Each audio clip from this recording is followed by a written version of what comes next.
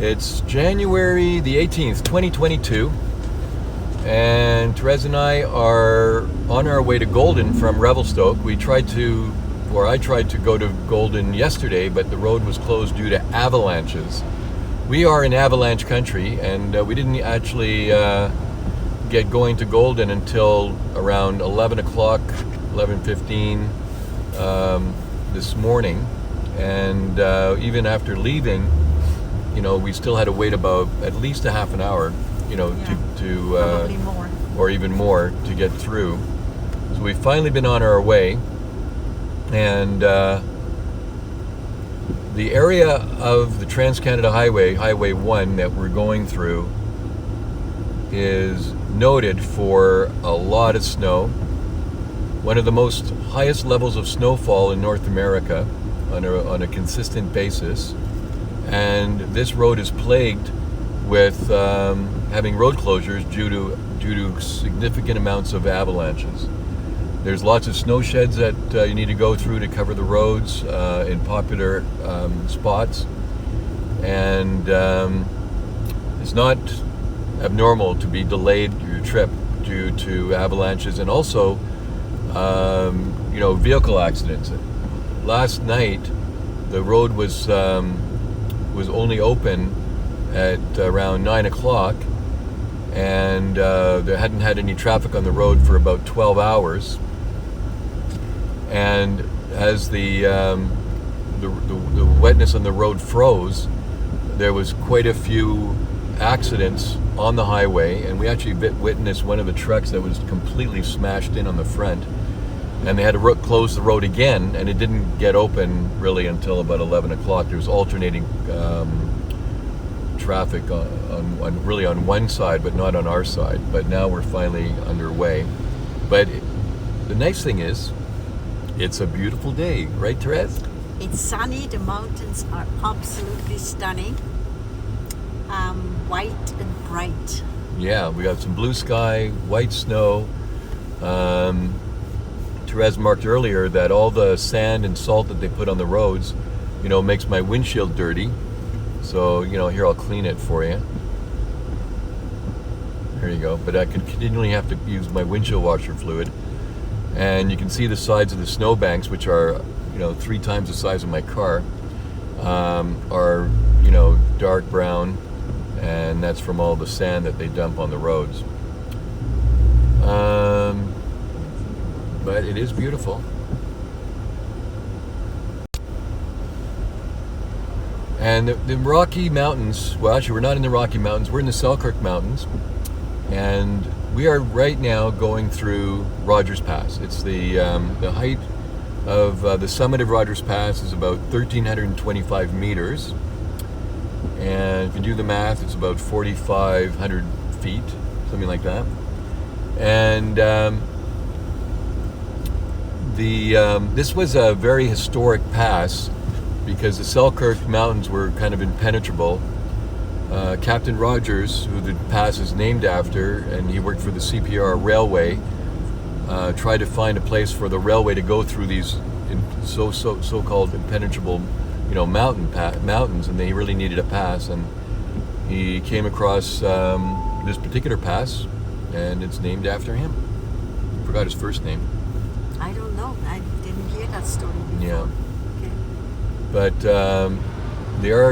you can see the size of the snowbanks are, 20, 30 feet high.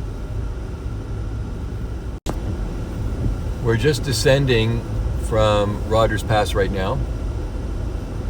One other interesting comment I'd like to mention is that there's not a lot of wildlife here because the forest is very dense.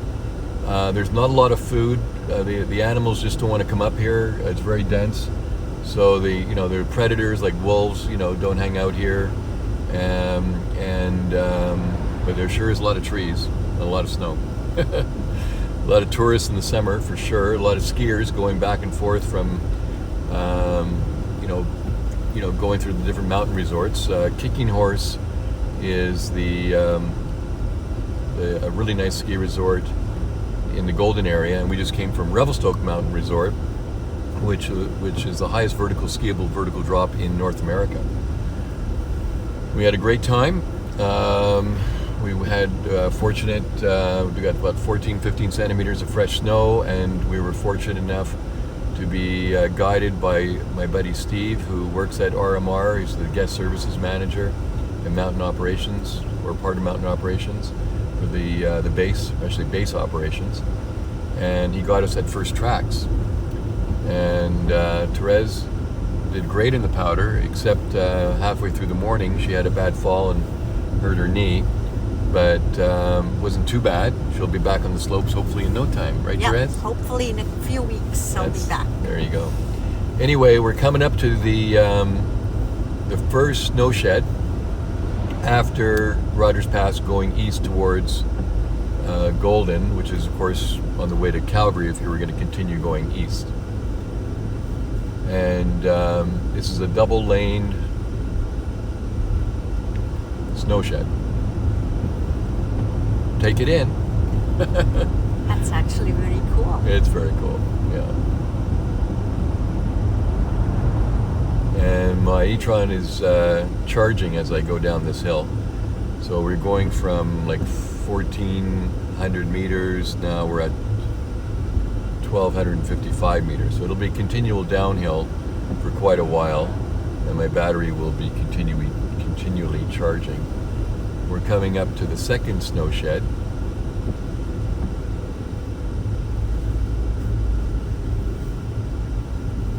And Therese, you've seen snow sheds before, haven't you? Yeah, I've seen. Have you been here in the wintertime? I don't think so. No, usually travel through this area in the summer. Right. Now you can see there's. I like the winter way better though. It's much more beautiful. Yeah, well, the white snow, everywhere, the big snow banks, and the snow over top of the snow sheds. You can see why they need the protection for the roads.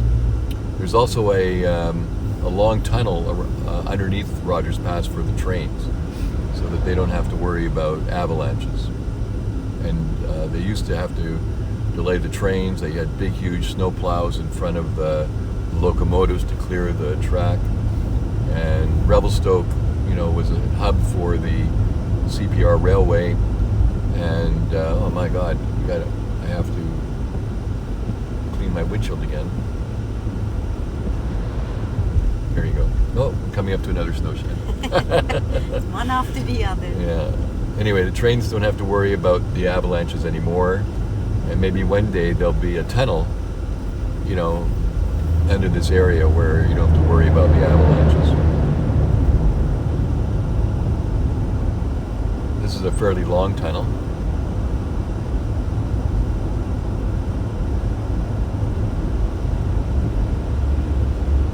Anyway, I hope you're enjoying driving through Rogers Pass and TransCanada Highway, going through all these cool tunnels.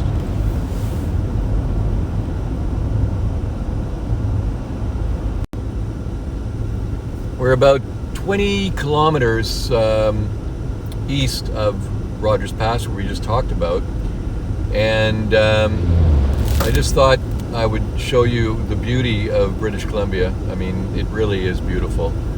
The only, kind of negative comment I could say is all this sand on the road, which is making my windshield dirty all the time, and the snowbanks don't look very nice. But other than that, it's really beautiful. The size of the snowbanks are still massive here. You don't get the same volume of avalanches, but you sure get a lot of beautiful trees with the snow on them. Blue sky today. We'll be coming up to some beautiful mountains to show you very shortly. Stand by. I'm trying to stay back from the car in front of me to keep my windshield clean and my car clean, but that's a lost cause, really. My car you couldn't tell that the color was blue a few days ago. It was brown. It was brown, yeah. And but we got a lot of snow overnight 2 nights ago, and it just actually, the snow was quite heavy and wet, and it basically cleaned my car like it came out of a car wash. It was actually pretty amazing. That's amazing, yes. Yeah, but now it doesn't look that way anymore. Anyway, I'm not sure what mountain this is, but it sure looks nice.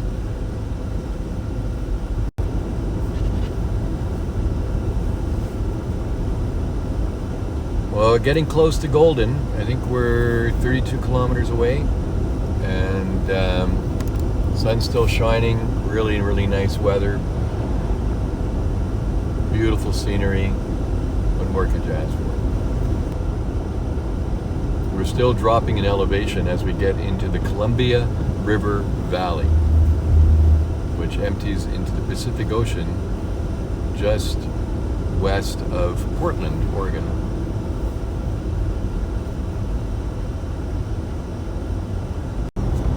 Just thought I'd show you a glimpse of the Columbia River just off to the side of the highway on the right there.